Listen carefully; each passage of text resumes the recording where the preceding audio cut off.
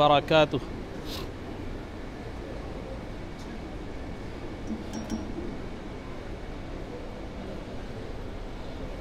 الحمد لله رب العالمين والصلاة والسلام على سيد الأنبياء والمرسلين وعلى آله وأصحابه أجمعين ومن تبعهم بإحسان إلى يوم الدين.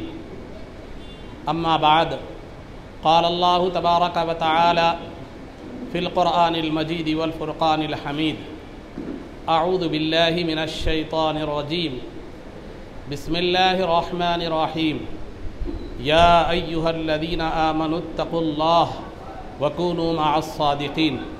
وقال تعالى في مقام آخر: واصبر نفسك مع الذين يدعون ربهم بالغداة والعشي يريدون وجهه ولا تعد عيناك عنهم تريد زينة الحياة الدنيا ولا تطع من أغفلنا قلبه عن ذكرنا واتبع هواه. صدق الله العظيم.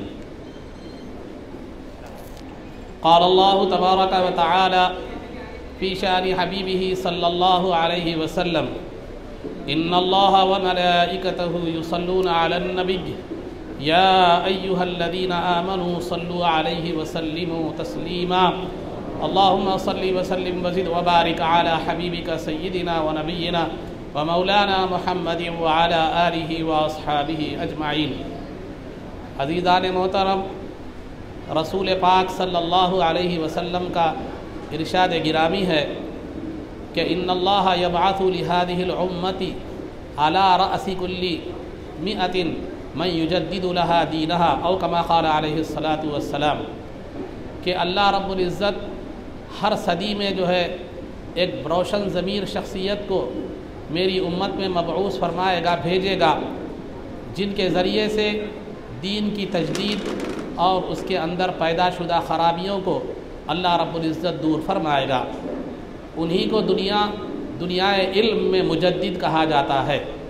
مجدد کہتے ہیں دین میں پیدا شدہ خرابیوں کو دور کرے اور دین میں جو برائیاں خواہ وہ عقیدے کے اعتبار سے ہو یا عمل کے اعتبار سے ہو جو پیدا ہو چکی ہیں، ان کو دور کر کے دین کو اس کی اصلی شکل میں پیش کریں اور بھٹکی ہوئی انسانیت کو راہ ہدایت پر لائیں.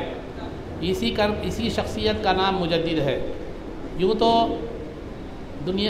بہت سابق میں بھی بہت سے مجددین اس دنیا میں تشریف لائے اور قیامت تک آتے رہیں گے، لیکن ان میں سب میں زیادہ شہرت جو نصیب ہوئی حضرت مجدد الف ثانی شیخ احمد سرہندی رحمۃ اللہ تعالیٰ علیہ کو بہت زیادہ اللہ رب العزت نے شہرت اور شہرت دوام عطا فرمائی، جن کے تذکرے کے لیے آج ہم جمع ہیں.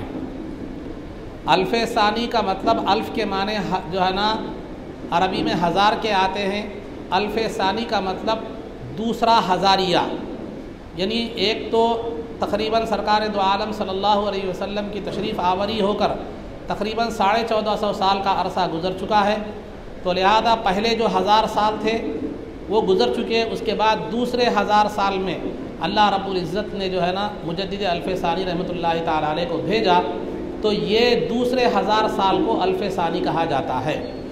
تو عزیزان محترم، آج انہی کی یاد میں جمع ہیں اور آپ حضرات کو میرے علاوہ بہت سے علماء اکرام شیخ الحدیث جامع نظامیہ اور سابقہ شیخ المعقولات والعقائد جامع نظامیہ سیدی مولانا سید صغیر احمد صاحب قبلہ حفظہ اللہ اور سیدی مولانا سید شاہ عزیز اللہ قادری صاحب قبلہ حفظہ اللہ کے بصیرت افروز خطابات سماعت فرمانا ہے.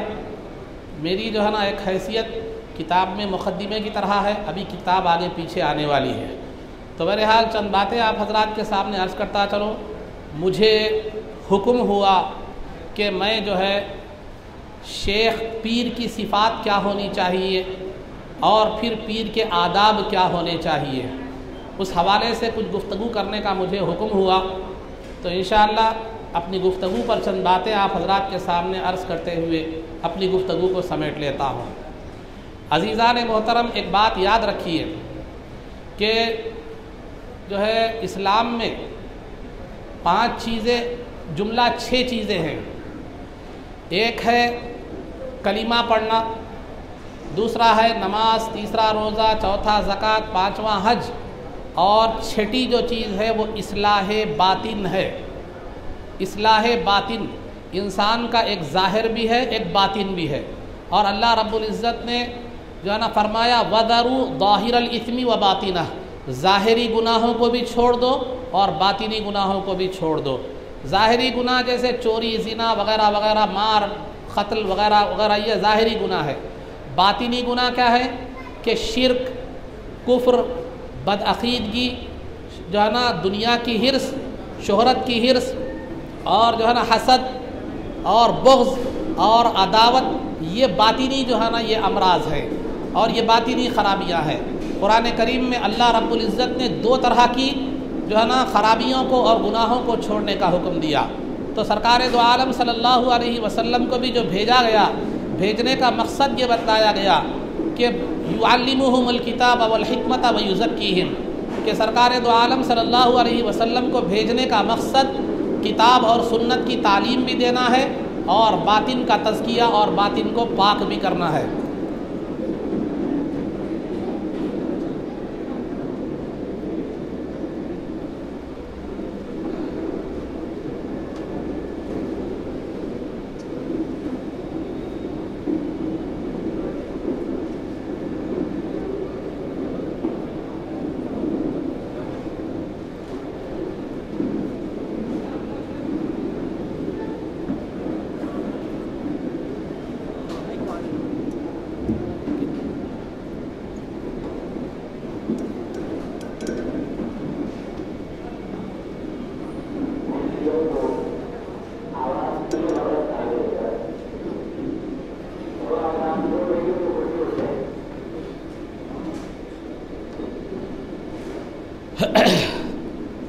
تو لہذا کتاب و سنت کی تعلیم بھی دینا ہے اور تزکیہ بھی، یعنی اصلاح باطن بھی ہے۔ دیکھیے عزیزان محترم، جس طرح کلمہ پڑھنا، نماز، روزہ، زکوٰۃ کی ادائیگی ضروری اور فرض ہے، اسی طرح باطن کی اصلاح بھی ضروری ہے، باطن کو پاک کرنا بھی جو ہے نا ضروری ہے۔ اگر کوئی آدمی مسلمان ہے، نماز پڑھتا ہے، روزہ رکھتا ہے، زکوٰۃ دیتا ہے، حج کرتا ہے، تمام عبادات کرتا ہے، لیکن اس کا باطن پاک نہیں ہے، وہ دل میں جو ہے نا بغض رکھتا ہے، دل میں عداوت رکھتا ہے، دل میں دنیا کی شہرت اور طلب رکھتا ہے، تو پھر جو ہے نا وہ عبادتوں کی رونقوں سے محروم ہو جاتا ہے۔ عبادت تو ہو جاتی ہے اس کے شرائط کے ساتھ، اگر ادا کی جائے ثواب بھی مل جاتا ہے، لیکن عبادت کی رونقوں سے محروم ہو جاتا ہے۔ اگر کوئی ان عبادتوں کے ساتھ ساتھ اپنے باطن کو پاک رکھتا ہے تو پھر جو ہے نا وہ آدمی عبادتوں کے ساتھ ساتھ اس کی نورانیت اور اس کی رونق سے بھی جو ہے نا مستفید اور مستفیض ہوتا ہے۔ تو لہذا اصلاح باطن بھی شریعت کے ذمہ داریوں میں سے ایک ذمہ داری ہے۔ جو ہے نا یہاں جو ہے نا طریقت اور تصوف، وہی اصلاح باطن کے لیے، وہی باطن کی اصلاح کے لیے بزرگان دین نے جو اصول، جو قواعد، جو طریقے مقرر فرمائے ہیں، اسی کو آپ تصوف یا طریقت کہتے ہیں۔ تصوف اور طریقت کوئی نئی چیز نہیں ہے یا قرآن و حدیث کے خلاف کوئی چیز نہیں ہے، بلکہ اصلاح باطن جو شریعت میں جس کا حکم دیا گیا ہے، اسی کے لیے جو اصول اور ضوابط بزرگان دین نے، جو تربیت کا طریقہ بزرگان دین نے جو ہے نا اپنایا ہے، اسی کو تصوف یا طریقت کہتے ہیں۔ تصوف اور طریقت کے متعلق جو ہے نا بعض لوگوں نے تو، بعض جو علماء جس کو جو ہے نا جو علماء بالکل خشک مزاج رکھنے والے ہیں، ان لوگوں نے جو ہے نا تصوف کو بالکل غلط اور قرآن و حدیث کے خلاف قرار دیا ہے، لیکن یہ بھی غلط ہے، کیونکہ تصوف قرآن و حدیث کے خلاف نہیں ہے، بلکہ شریعت ہی کا ایک حصہ ہے اور شریعت ہی کا ایک عنوان ہے جو کہ اصلاح باطن سے تعلق رکھتا ہے۔ اور بعض جو ہے نا صوفیہ نے بعض جو ہے نا یہ کہا ہے کہ شریعت ایک الگ چیز ہے، طریقت ایک الگ چیز ہے۔ شریعت ایک الگ چیز ہے، طریقت ایک الگ چیز ہے، لیکن شریعت اور طریقت الگ چیز نہیں ہے، بلکہ شریعت پہلی سیڑھی ہے اور طریقت دوسری سیڑھی ہے۔ شریعت کے بغیر کوئی جو ہے نا طریقت تک کی منزل میں قدم نہیں رکھ سکتا، طریقت کے دائرے میں قدم نہیں رکھ سکتا۔ میری بات نہیں ہے، بلکہ سیدنا غوث اعظم دستگیر رضی اللہ تعالیٰ عنہ فرماتے ہیں کہ جو ہے نا شریعت ہی کا نام تصوف ہے،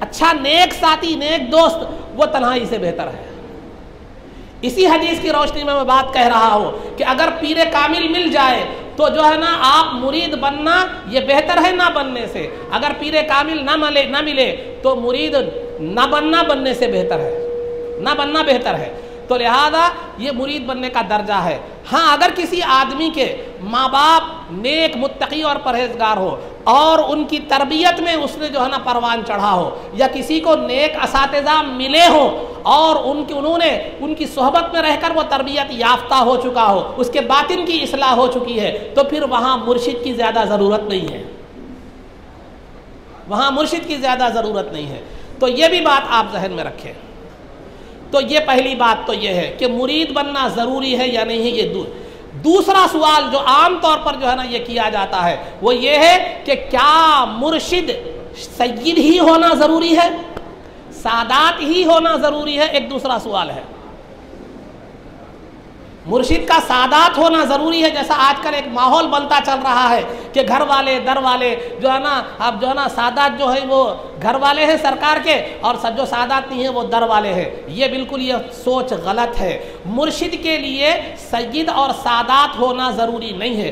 سادات اگر ہے تو نور علی نور ہے، سادات نہیں ہے تو بھی جو ہے نا آپ وہ مرشد بن سکتا ہے اور وہ پیر کامل بن سکتا ہے۔ اس کے لیے کیا شرائط ہے میں آگے بتا رہا ہوں، کیونکہ جتنے بہت سے اولیاء ایسے گزرے ہیں جو سادات بھی تھے غیر سادات بھی تھے۔ اب خود جن حضرت جی بزرگ کی یاد ہم منا رہے ہیں، مجدد الف ثانی رحمۃ اللہ تعالی علیہ، وہ خود سادات نہیں تھے، وہ عمر فاروق کی اولاد میں سے تھے، لیکن دنیا ان کو سرکار دو عالم صلی اللہ علیہ وسلم کی حدیث کا مصداق مانتی ہے، مجدد مانتی ہے۔ تو لہذا پیر و مرشد کے لیے سید ہونا ضروری نہیں ہے۔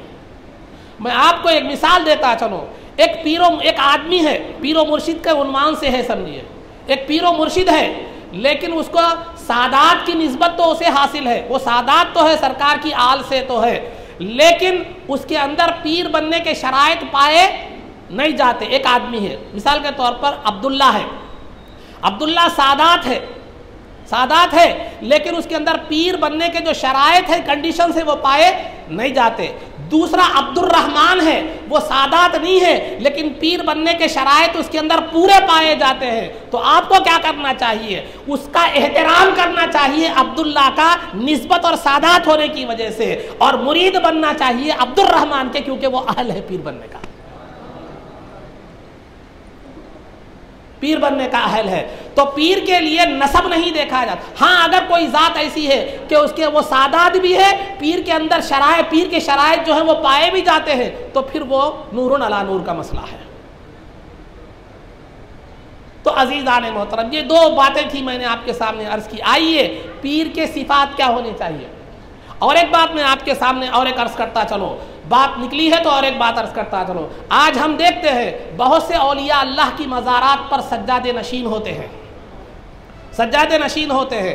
تو عزیزان محترم، وہ سجادے نشین بزرگ کی آل سے تو ہوتے ہیں، بزرگ کی آل سے تو ہوتے ہیں، لیکن وہ طریقت اور سلوک کے قابل نہیں ہوتے، وہ طریقت کے راستے میں رہنما بننے کے قابل نہیں ہوتے، لیکن اس کے باوجود بھی وہ مریدین بناتے رہتے ہیں، اور ہم مرید بنتے چلے جاتے ہیں، مرید بنتے چلے جاتے ہیں۔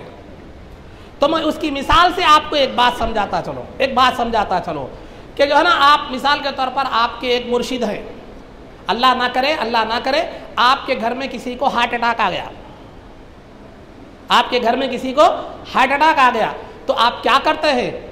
پیشنٹ کو دواخانے کو لے جاتے ہیں یا مرشد کے پاس لے جاتے ہیں؟ میں آپ سے سوال کر رہا ہوں۔ دواخانے کو لے جائیں گے، کہیں کو لے آتے ہیں مرشد کے پاس؟ مرشد سے زیادہ بولتے ہیں حضرت دعا کیجئے، میرا فلاں آدمی ہارٹ اٹیک آ گیا، بیمار ہے، دعا کیجئے کہیں گے۔ مرشد تو کیا میرے سے بھی مسئلہ پوچھیں گے آپ، لیکن میرے پاس اس کو علاج کے لیے نہیں لاتے، کیونکہ آپ کو معلوم ہے کہ مرشد ہارٹ اٹیک کا علاج نہیں کر سکتا، مرشد دعا کر سکتا ہے، دعا کر سکتا ہے، ہارٹ کا علاج نہیں کر سکتا. یہ بات میں ہم کو سب معلوم ہے، اس معاملے میں سب ہوشیار ہے. تو لہذا ایک آدمی کی جان بچانے کے لیے آپ ڈاکٹر کے پاس جاتے ہیں، کیونکہ آپ کو معلوم ہے کہ اس کا علاج ڈاکٹر کے پاس ہے، مرشد کے پاس نہیں ہے. ہاں مرشد کی دعا اثر انداز ہو سکتی ہے، مرشد سے آپ دعا کر سکتے ہیں. تو جب جان کے معاملے میں ہمارا یہ تصور ہے تو ایمان کے معاملے میں یہ تصور کیوں نہیں ہے کہ ہم کسی قابل پیر کے مرید بنے، نہ کہ صرف نسبت کی بنیاد پر مرید بنے، آل ہونے کی بنیاد پر مرید بنے. آل ہونا قابل احترام ضروری ہے لیکن قابل تقلید نہیں ہے. مرید بننا اس کا نہیں ہے، بلکہ آل ہو تو آپ احترام کریں ان کا، ان کی عزت کریں، لیکن مرید اسی وقت بنے جبکہ وہ پابند شریعت ہو اور پیر کامل کے شرائط اس کے اندر پائے جاتے ہیں.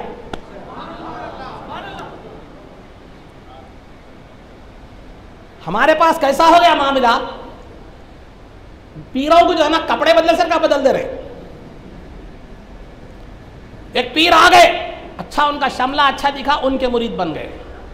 اور ایک پیر آ گئے، ان کا شایا اچھا دکھا، ان کے مرید بن گئے.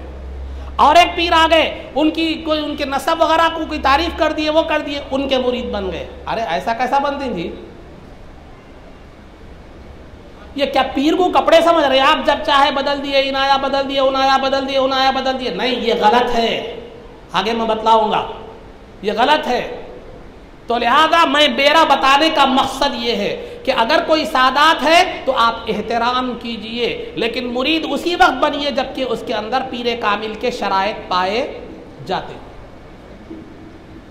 اور میری ادباً گزارش ہے ان سجادگان سے درگاہوں کے، اگر آپ صاحب مزار کے نقش قدم پر چل رہے ہیں، تقویٰ اور طہارت آپ کا شیوا ہے، آپ پابند شریعت ہیں، تو آپ لوگوں کو مرید بنائیے، ورنہ متولی بن کر درگاہ کے انتظامات میں لگ جائیے.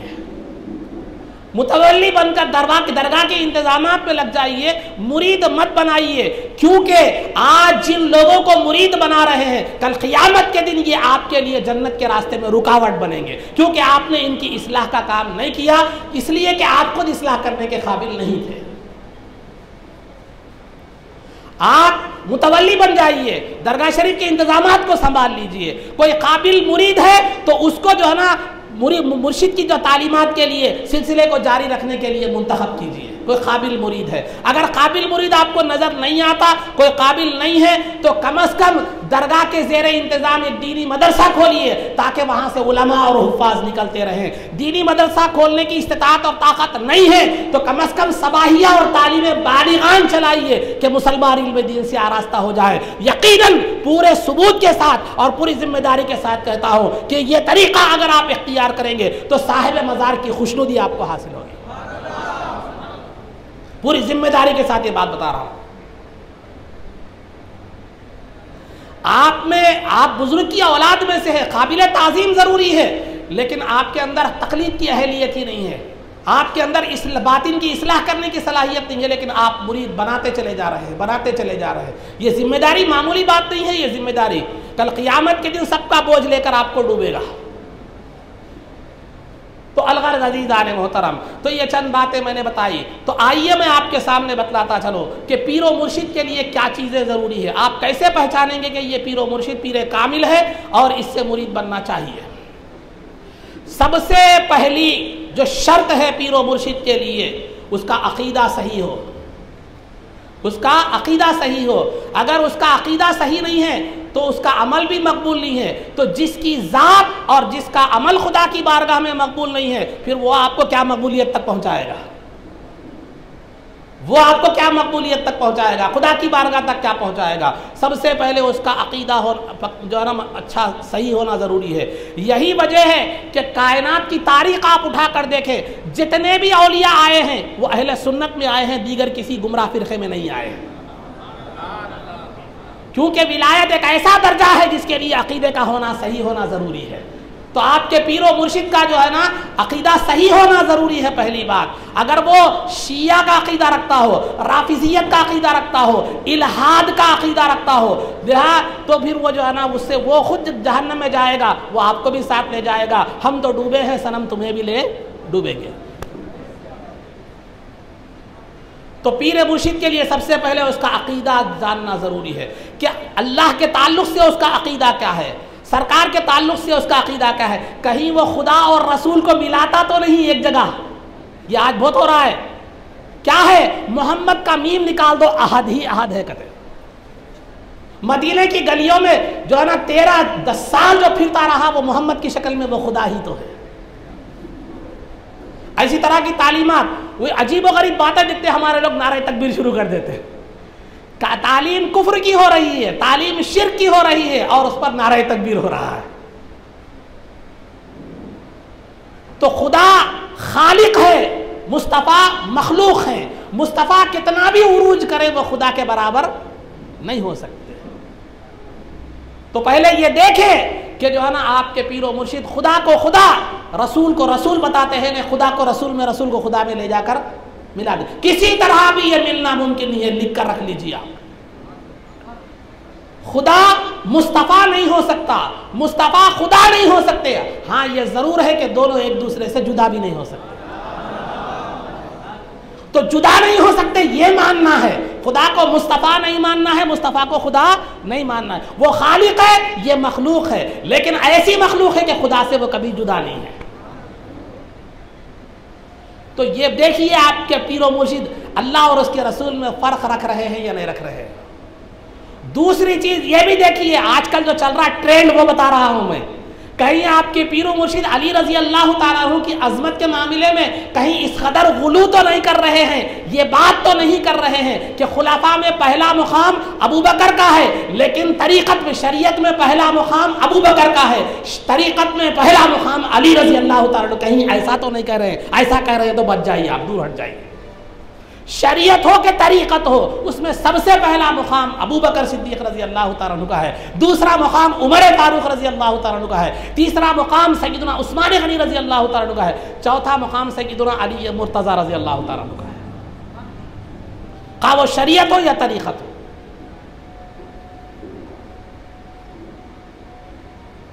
تو اس طرح کی باتیں اگر آپ سن رہے ہیں، بے تکی باتیں اگر آپ سن رہے ہیں، اور مجھے تو ہنسی آتی ہے سن کر کہ جو ہے نا میں خدا کو بھی دکھانے والے پیدا ہو گئے. خدا کو بھی دکھانے والے. ایک صاحب کے تعلق سے مجھے سننے میں آیا تھا کہ وہ پانی میں، گلبرگہ میں ایک صاحب ہیں، پانی میں خدا کو دکھاتے گئے. انہوں کیا بولتے؟ بولے تو پانی میں خدا دکھاتا ہوں میں نہیں دکھا تو تیرا قصور ہے، تیرا نسب صحیح نہیں ہے، تو اصلی باپ کا بیٹا نہیں ہے. اب کون بولتا نہیں دکھا بول کے؟ ہے آپ کے پاس بولنے کا دم؟ تو اس طرح کی بیہودہ باتیں جو ہے نا یہ آ رہی ہے. تو دیکھیے پہلے، سب سے پہلے آپ کے پیر کا عقیدہ صحیح ہونا ضروری ہے. پیر کا عقیدہ صحیح ہونا ضروری ہے. پھر دوسرا، وہ پابند شریعت ہو، فرائض کا اہتمام کرتا ہو، فرائض کا اہتمام کرتا ہو، اور جو ہے نا حرام چیزوں سے، مکروہات سے بچتا ہو. تقوی اور طہارت اس کے اندر ہو، تقوی اور طہارت اس کے اندر ہو، شریعت کا پابند ہو. پہلے دوسری چیز یہ دیکھنا چاہیے آپ کو. تیسری چیز، اگر عالم دین ہے تو بہت اچھی بات ہے، اگر عالم دین نہیں ہے تو کم از کم شریعت کے ضروری معلومات اس کو ہونا چاہیے، بالخصوص عقیدے کے تعلق سے. عقیدے کے تعلق سے اس کو ضروری معلومات ہونے چاہیے کہ اللہ کے تعلق سے کیسا عقیدہ رکھنا چاہیے، رسولوں کے تعلق سے کیسا عقیدہ رکھنا چاہیے، کتابوں اور قیامت وغیرہ کے تعلق سے، پھر وضو، طہارت، غسل، نماز، روزہ، زکوٰۃ وغیرہ کے مسائل کا ہے. تو وہ اگر عالم ہو تو بہت اچھی بات ہے، عالم نہ ہو تو شریعت کے ضروری معلومات اس کے اندر ہونے چاہیے. شریعت بالخصوص عقائد کی تعلیمات کا اسے علم ہونا چاہیے، تاکہ شریعت کو طریقت میں ملا کر کہیں اللہ اور اس کے رسول کو نہ ملا دے. تو پہلا عقیدہ صحیح ہو، دوسرا تقوی اور طہارت پابند شریعت ہو، تیسرا علم شریعت رکھنے والا ہو، چوتھا جو ہے نا طالب ہو، مطلوب ہو، طالب نہ ہو. مطلوب ہو، طالب نہ ہو، یعنی وہ طلبگار نہ ہو، وہ طلبگار نہ ہو بلکہ دنیا اس کی طلبگار ہو،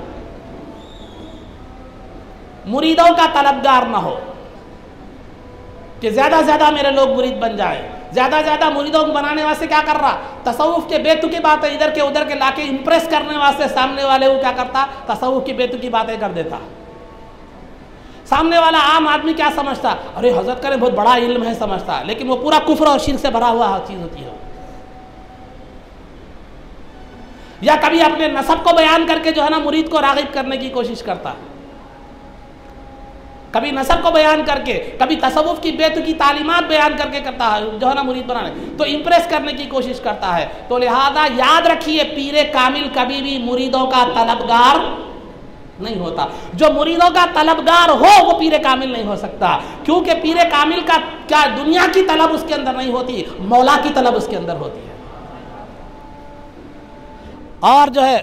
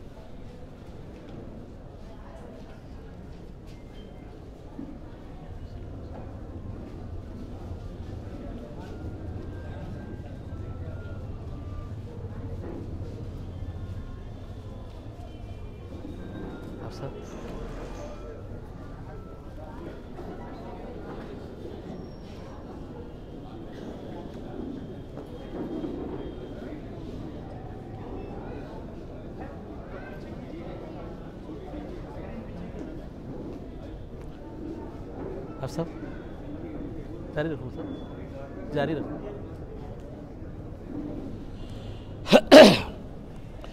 تو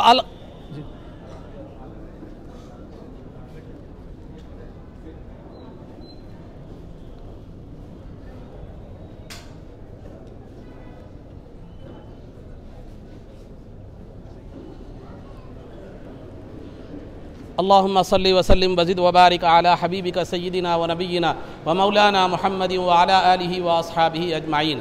تو عزیزان محترم، پیر کبھی بھی مریدوں کا طالب نہیں ہوتا، بلکہ مرید پیر کا طالب ہوتا ہے. آپ اپنے کردار کو ایسے بنائیے کہ مرید خود آپ کے پاس کھینچا چلا آئے. آپ مریدوں کے طلبگار نہیں ہونا چاہیے. مریدوں کا طالب کبھی بھی پیر کامل نہیں ہو سکتا. جو پیر مریدوں کا جو پیر طالب ہوتا ہے اس کی علامت ایک یہ ہے کہ وہ اپنے مریدوں کو دوسرے مرشد کے پاس جانے سے روک دیتا ہے، یا اس کو کسی نہ کسی طریقے سے وہاں جانے سے روک دیتا ہے، اور اس کو خطرہ محسوس ہوتا ہے کہ کہیں یہ نکل گیا تو پریشانی، ادھر چلے گیا تو پریشانی.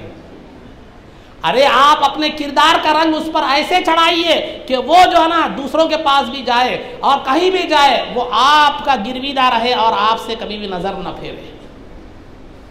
تو کبھی بھی مرید پیر طالب نہیں ہوتا، مطلوب ہوتا ہے. دنیا اس کو طلب کرتی ہے لیکن وہ کبھی مریدین کو اور دنیا کو طلب نہیں کرتا. اور چوتھی چیز جو ہے نا، وہ پیر جو ہوتا ہے وہ زاہد ہوتا ہے، دنیا سے بے رغبت ہوتا ہے. دنیا کا مال ہو، دنیا کی دولت ہو، دنیا کی شہرت ہو، دنیا کا کوئی بھی معاملہ ہو، اپنی شہرت ہو، ذات کی شہرت ہو، کس کی بھی شہرت ہو، اس کے اندر شہرت کی طلب نہیں ہوتی، مال کی طلب نہیں ہوتی، جاہ کی طلب نہیں ہوتی، عزت کی طلب نہیں ہوتی، کسی چیز کی طلب نہیں ہوتی، کیونکہ وہ بے نفس ہوتا ہے. اس کے سامنے سوائے مرضی خدا کے اور کوئی چیز نہیں ہوتی ہے. اگر کوئی دنیا کو طلب کر رہا ہے، اگر کسی پیر کی نظر مرید کے دل پر نہیں بلکہ اس کے جیب پر ہے، اگر کوئی مرشد جو ہے نا مالدار کو قریب کر رہا ہے اور جو ہے نا غریب کو دور کر رہا ہے، یا کوئی مرشد جو ہے نا اپنی جو ہے نا شہرت دکھانے کے لیے، مریدوں کے درمیان اپنا جو ہے نا مقام دکھانے کے لیے خالی ہارمونی پہ وجد کر رہا ہے، اور جو ہے نا میں نے خود دیکھا ہے یہ باتیں کہ ایک مقام پر میں گیا تھا اتفاق سے، وہاں جانے کے بعد قوالی شروع ہوئی. قوال جو ہے نا ہارمونیم سر ملانے کے لیے جو ہے نا ہارمونیم بجا رہا ہے، نہ اشعار بھی اس نے کچھ کہے نہ کوئی کہے، پیر و مرشد کو وجد آ گیا. تو مطلب یہ ہے کہ یہ وجد رحمانی نہیں ہے، شیطانی ہے، کیونکہ وہ ہارمونی سے لذت محسوس کرتے ہوئے ناچ رہا ہے، اشعار کی لذت کی وجہ سے نہیں ناچ رہا ہے. وہ اور بہت سے مریدوں کو وجد جو ہے نا آتا ہے. وجد کوئی معمولی چیز نہیں ہے عزیزان محترم. وجد ایسے ہی نہیں آتا، وجد کے لیے اس درجے کا، اس مقام کا ہونا ضروری ہے. اور یہ پھر ناچنا، گول پھرنا، یہ گرنا کودنا، پکڑنا کڑاڑیاں مارنا، یہ کوئی وجد وغیرہ کی چیز نہیں ہوتی. ایک شعر سناتا چلو، میرے مرشد کا وجد بھی بڑا والیانہ ہے، کودتا ہے ادھر جدھر زنانہ ہے.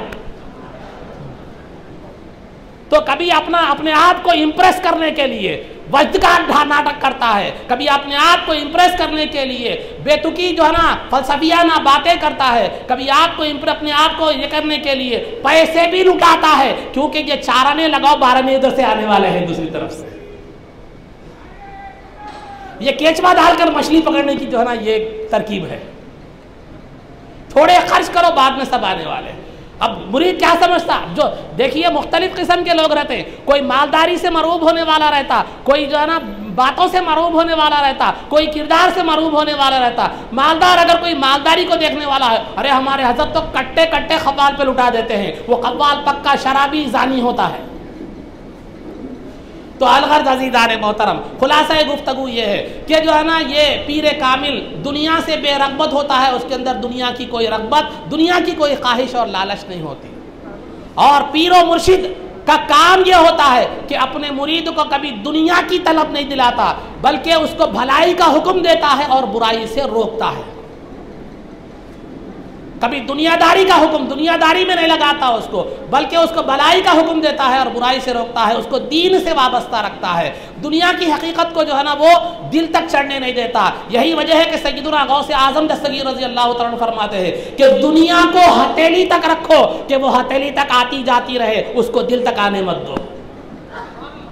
یہ پیر کامل ہوتا ہے کہ جو دنیا کو صرف ہتھیلی تک رکھتا ہے، دل تک آنے نہیں دیتا، اس کی محبت کو دل میں جگہ نہیں دیتا، گھر کرنے نہیں دیتا. تو مرید کو بھلائی کا حکم دیتا ہے، اس کے اندر کوئی خرابی اور برائی دکھتی ہے تو روک دیتا ہے اسے. یہ بھی ضروری ہے. تو نتیجہ کیا نکلا؟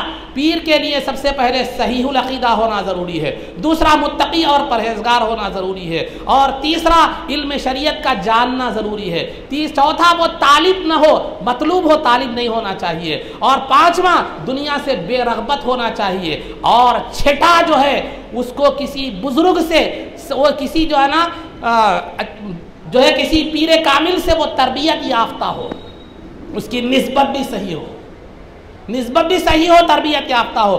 جو خود ٹرینڈ نہیں ہے وہ دوسروں کو کیا ٹریننگ دے گا؟ خود تربیت یافتہ نہیں ہے تو وہ مریدوں کو کیا تربیت دے گا؟ تو یہ پیر کے صفات ہونے چاہیے، یہ پیر کے اوصاف ہیں جو مختصراً میں نے آپ کے سامنے عرض کیے ہیں. اب آئیے پیر کے آداب کیا ہے. آخری میں انشاءاللہ اپنی گفتگو کو سمیٹ لیتا ہوں. سب سے پہلے آپ مرید بننے سے پہلے، پیر کے ہاتھ میں ہاتھ دینے سے پہلے آپ جو ہے نا اپنے پہلے پیر کو دیکھیے. میں نے جو شرائط بتلائے ہیں وہ رہیے، جائیے، بیٹھیے، صحبت میں رہیے، دیکھیے. فوراً جاتے جو ہے نا مرید بن جا رہے ہیں، جاتے قدموں میں پڑ جا رہے ہیں. اب یہ ہماری عقیدت بڑی خطرناک رہتی ہے. کہیں کو رہتی ہے بولے تو ہم جس سے عقیدت اور محبت کرتے ہیں اس کو سوائے پریشانی کے اور کچھ نہیں دیتے. عقیدت اور محبت کا ایسا اس کے پیروں پہ جا کے گر رہے ہیں، اس کو ایسا گھیر لے رہے ہیں، اس کو ایسا اس کے ساتھ یہ کر رہے ہیں کہ بیچارہ پریشان ہو جاتا. نعرہ تکبیر، نعرہ رسالت، نعرہ رسالت، فخر جام نظامیہ، فخر جام نظامیہ. تو عزیزان محترم، سب سے پہلے مرید بننے سے پہلے پیر کو دیکھیے. پیر کو دیکھیے کہ پیر وہ کامل ہے نہیں ہے. اگر کامل نظر آتا ہے آپ کو، جو شرائط میں نے بتائے ہیں اگر وہ اس کے اندر پائے جاتے ہیں، کم درجے میں ہی صحیح، کیونکہ ہر کوئی آج غوث اعظم کے معیار کا آدمی آج ملو یہ زمانے میں نہیں ملتا. کیونکہ زمانہ جو قیامت کے قریب آتا چلا جائے گا، انسان میں برائیاں، نہ وہ تقویٰ رہے گا، نہ وہ ایمانی کیفیت رہے گی، نہ وہ جو ہے نا بات رہے گی. لیکن آپ آج کے پیر کو غوث اعظم کے معیار پہ دیکھیں گے تو نہیں ملے گا. لیکن میں جو شرائط بتلائے ہیں اگر اس کے اندر کسی حد تک پائے جاتے ہیں تو وہ پیر غنیمت ہے. اس کے بعد تحقیق کے بعد آپ اس سے مرید بنیے. پھر مرید بننے کے بعد جو ہے نا اب اس سے روگردانی کرنے کا آپ ارادہ بھی مت کیجیے، دل میں خیال بھی بتلائیے، دل میں خیال بھی جو ہے نا بتلائیے. تو لہذا جب پیر سے آپ مرید بن جائیں تو مرید بننے کے بعد جو ہے نا آپ پیر کے ساتھ عقیدت رکھنا آپ کو ضروری ہے. حسن عقیدت رکھنا پیر کے ساتھ ضروری ہے۔ سیدنا غوث اعظم دستگیر رضی اللہ عنہ فرماتے ہیں جو مرید پیر کے ساتھ حسن اعتقاد نہ رکھے اور عقیدت نہ رکھے وہ کامیاب نہیں ہو سکتا۔ پیر سے عقیدت رکھے، سامنے جو ہے نا اپنے پیر سے عقیدت رکھتے ہوئے دیگر پیران سلسلہ کا احترام بھی ضروری ہے۔ ہمارے پاس ایک عام طور پر ایسا ہو رہا ہے، ایک پیر سے عقیدت رکھ رہے ہیں دوسرے کے خلاف بول رہے ہیں، وہ پیر و مرشد خود سکھا رہے ہیں، وہ نہیں کرنا ہے۔ اگر آپ قادری سلسلے کے مرید ہیں، آپ کے پیر تو نقشبندی ہو یا سہروردی ہو یا جو ہے نا چشتیہ ہو، جو بھی ہے ان کا احترام کرنا ہے، اتباع اور پیروی اپنے پیر کی کرنا ہے۔ تو الغرض عزیزان محترم، تو سب سے پہلے پیر کے آداب میں سے یہ ہے کہ پیر کا انتخاب پہلے سوچ سمجھ کر کرے، پھر دوسرے درجے میں پیر سے عقیدت رکھے، پیر سے جو ہے نا حسن عقیدت رکھے، تیسرا پیر سے بے انتہا محبت رکھے، پیر سے بے انتہا جو ہے نا محبت رکھے، یہ محبت سے فیض ملتا ہے۔ اور اگر پیر کوئی شریعت کے مطابق کام کر رہے ہیں تو پھر جو ہے نا وہ ان کی بات کی، ان کے حکم کی، ان کی پیروی کیجیے اچھے کاموں میں۔ اگر وہ شریعت کے خلاف کوئی کام ان سے دیکھے، کبھی غلطی سے کبھی سہون ہو گیا، تو آپ کو اس کی اتباع ضروری نہیں ہے، کیونکہ حدیث میں ہے لا طاعۃ لمخلوق فی معصیۃ الخالق، اللہ کی نافرمانی میں کسی مخلوق کی اطاعت ضروری نہیں ہے۔ اس کے بعد جب بھی پیر کی بارگاہ میں آئے تو ادب اور احترام کے ساتھ آئے، اور پیر جو بھی نصیحت کرے اس نصیحت پر عمل کرنے کی کوشش کرے، اور جتنا زیادہ وقت ہو سکے مل سکے آپ پیر کی صحبت میں گزاریے، خدمت میں گزاریے، یہ بڑی سعادت مندی کی بات ہے۔ اور کبھی بھی پیر کی نافرمانی مت کیجیے، پیر کے تعلق سے دل میں کوئی خراب جو ہے نا وسوسہ مت رکھیے، کیونکہ یہ فیضان کے ختم ہونے کا ذریعہ بنتا ہے۔ مثال کے طور پر بولتا چلو، یہ لائٹ میں روشنی اس لیے ہے کہ یہ مین جو وہ ہے کرنٹ کا جو وہ ہے وہاں سے کنیکٹ ہے، اگر بیچ میں تھوڑا سا وائر کٹ جائے تو یہ روشنی ختم ہو جائے گی، کیوں؟ بیچ میں خرابی کٹ گیا۔ تو یہی پیر کی مثال ہے کہ پیر سے اگر نافرمانی کرے، عقیدت ختم ہو جائے، دل میں پیر کے تعلق سے کوئی غلط بات آ جائے، تو پھر اسی طرح ہے جس طرح لائٹ میں یہ وائر کٹ جانے سے کرنٹ نہیں آتا، تو پیر سے جو ہے نا فیض منقطع ہو جاتا ہے۔ پیر کی جہاں سے خدمت، اور یاد رکھیے سب میں اہم بات بتا رہا ہوں، پیر کو جو ہے آپ تعویذ مت بنائیے، اگربتی مت بنائیے، خدا کے واسطے۔ پیر آپ کیوں بناتے ہیں؟ پیر اس لیے بناتے ہیں کہ وہ آپ کی باطن کی اصلاح کرے۔ تو پہلے وہ باطن، اس کا باطن پاک ہے نہیں یہ دیکھیے، اگر وہ پاک باطن ہے تو اس سے پاک باطنی کا جو ہے نا کا درس لیجئے، اپنے باطن کی اصلاح کے لیے، آخرت کے راستے پر چلنے کے لیے پیر کے ساتھ رہیے، جو ہے نا اپنے گھر میں خیر و برکت کے لیے، بچیوں کی شادی کے لیے، کاروبار میں خیر و برکت کے لیے جو ہے نا پیر کا استعمال مت کیجیے، اس میں پیر کی توہین ہے، یہ پیر کی تعظیم نہیں ہے، یہ ہم سمجھ رہے ہیں، کیونکہ یہ دنیا کی حقیر چیزیں ہیں، یہ اس قابل نہیں ہے کہ پیر کو اس کے لیے استعمال کیا جائے۔ پیر تو راہ حق کا رہنما ہے، اس کو ہم نے دنیاوی جو ہے نا گندگیوں میں ہم نے ملوث کر دیا اس کو۔ تو پیر سے دنیا داری کا جو ہے نا ارادہ رکھنا یا اس سے دنیا داری کے کام کرانا، یہ پیر کی تعظیم نہیں ہے، پیر کی توہین ہے، یاد رکھیے۔ پیر کامل کی بات کر رہا ہوں، ہاں کوئی ایسا عامل امل ہے وہ آپ کی مرضی ہے، اس کی مرضی ہے، میں بات پیر کامل کی کر رہا ہوں۔ پیر کامل سے آپ دین سیکھیے، پیر کامل سے نصیحتیں سیکھیے، پیر کامل سے علم سیکھیے، پیر کامل سے آخرت کے راستے کی رہنمائی سیکھیے، یہ پیر مقصد ہے پیر بننے، مرید بننے کا۔ اگر اس کے علاوہ آپ پیر کو دنیا کے لیے استعمال کر رہے ہیں تو پھر آپ نے پیر کی تعظیم نہیں بلکہ پیر کی توہین کر دی، اور بیعت کے مقصد کو آپ نے چھوڑ دیا اور بھلا دیا۔